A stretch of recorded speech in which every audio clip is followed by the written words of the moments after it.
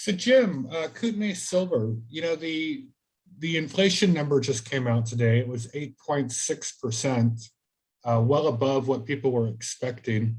And the gold market responded favorably. It was up $23 in response to this. You're an expert in the silver and gold markets. You've been in this business a long time.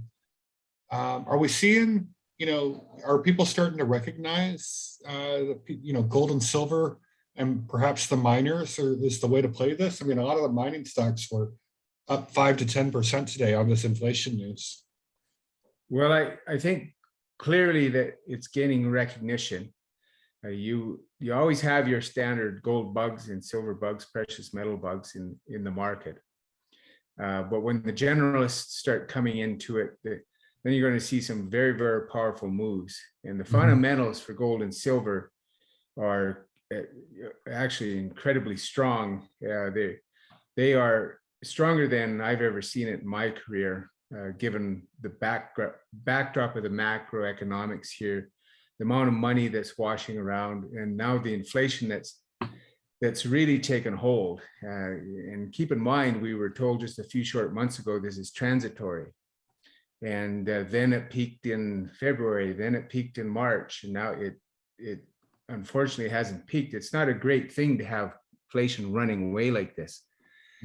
And gold and silver are a store of value at the end of the day. That's their monetary use and purpose.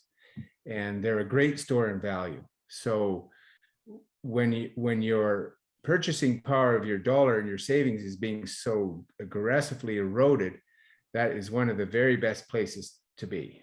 Yeah, I hear you. I agree. I'm sold.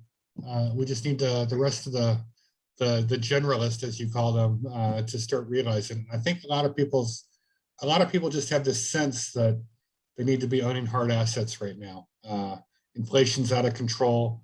No one really trusts what's going on with fiat currencies. And I think our time is coming. Our time is coming. Yeah, I agree. It really is coming. And, the central bankers are in a real tough spot, because to get a grip on inflation, you've got to get very aggressive on interest rates.